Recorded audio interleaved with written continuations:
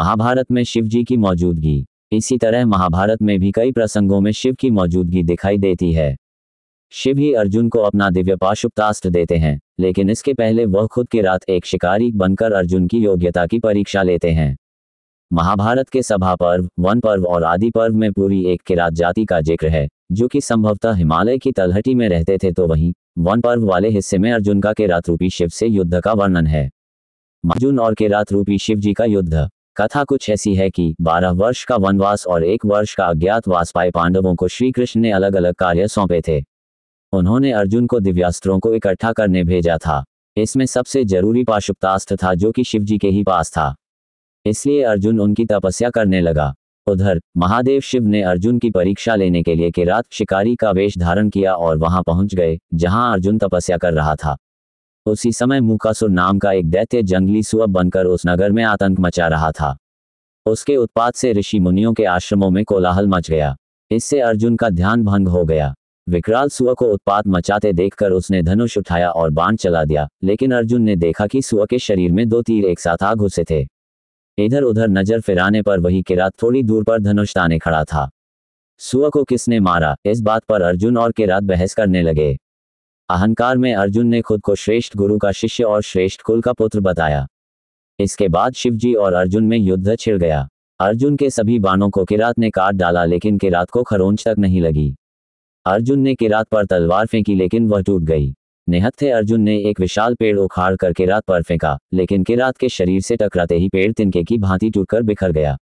इसके बाद किरात ने अर्जुन को उठाकर दूर फेंक दिया। शिवजी का स्पर्श पाते ही अर्जुन सोचने लगा कि मैं तो शिवजी की तपस्या करने आया था और ये कहाँ युद्ध में उलझ गया। ऐसा सोचते ही अर्जुन ने रेत से शिवलिंग बनाया और पूजा करने लगा। इसी बीच किरात ने उसे फिर ललकारा। अर्जुन ने इस बार जैसे ही किरात को देखा तो अवाक रह गया, क्योंकि जो फूलों की माला अर्जुन ने शिवलिंग पर चढ़ाई थी वही किरात के गले में दिख रही थी। ये देखकर अर्जुन को समझ में आ गया कि किरात के रूप में कोई और नहीं स्वयं भगवान शंकर हैं। अर्जुन किरात के चरणों में गिर पड़े और उसने क्षमा मांगी। तब शिवजी अपने असली रूप में प्रकट हुए। अर्जुन ने वहीं शिव पूजन करके उन्हें प्रसन्न किया। देवाधिदेव शिव ने अर्जुन के भक्ति और साहस की भूरी भूरी प्रशंसा की और वरदान स्वरूप अभेद्य पाशुपत अस्त्र दिया और युद्ध में विजय होने का वरदान भी दिया। महाभारत के बिल्कुल अंतिम में भी शिवजी की मौजूदगी तब दिखाई देती है जब पांडव सब कुछ समाप्त होने के बाद स्वर्ग की ओर बढ़ने लगते हैं। इस कथा का जिक्र महाभारत के मौसूल पर्व में है। श्री कृष्ण के देह त्याग के बाद पांडवों का धरती से मन उचट जाता है। वह अपना सारा राज्य परीक्षित को सौंप देते हैं और फिर संन्यास लेकर स्वर्ग की खोज में बढ़ते हैं। लेकिन मुक्ति का मार्ग तो सिर्फ शिवजी ही बता सकते थे, लेकिन महाभारत के रण और भयंकर रक्तपात के कारण शिवजी पांडवों को स्वर्ग का अधिकारी नहीं मानते थे, इसलिए वह लुप्त हो गए। शिवजी के दर्शन के लिए पांडव काशी गए, पर वे उन्हें वहां नहीं मिले। इसके बाद वे लोग उन्हें खोजते हुए हिमालय तक आ पहुंचे। भगवान शंकर पांडवों को दर्शन नहीं देना चाहते थे, इसलिए वे केदार क्षेत्र में चले गए। जब पांडव भी वहां पहुंचे तो शिवजी बैल का रूप बनाकर भागने लगे, लेकिन भीम ने उन्हें पहचान लिया। भीम ने 2 पर्वतों पर अपने पैर फैला दिए। सामान्य गाय बैल तो उनके पैरों के बीच से निकल गए, लेकिन शिवरूप बैल पैरों के बीच से नहीं निकलना चाहते थे। तब भीम उनके पैर पकड़ने के लिए झटके से कूदे, लेकिन शिव धरती में धंसने लगे। तब भीम ने बैल की कुबड़ पकड़ ली।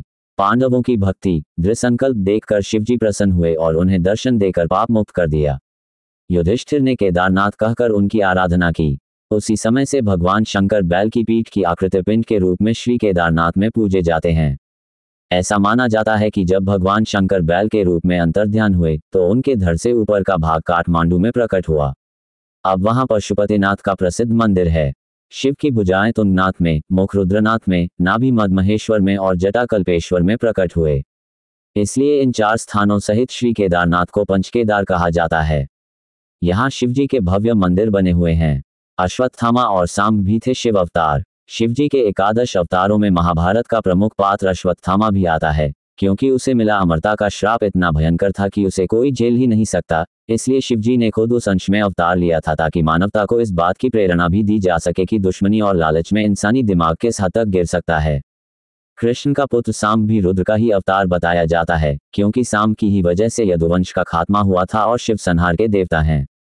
शिव बताते हैं कि जब विकास अपने चरम पर पहुंचकर विनाश करने लगता है तो फिर वह उसका संहार करके फिर से सृजन के लिए जमीन तैयार करते हैं। यही वजह है कि अगर विष्णु जी पुराण पुरुष हैं तो शिव काल पुरुष हैं। वह इसीलिए महाकाल कहलाते हैं। वह मृत्यु नहीं मोक्ष देते हैं और उनकी तीसरी आंख सिर्फ विनाश नहीं बल्कि जागृति का प्रतीक है।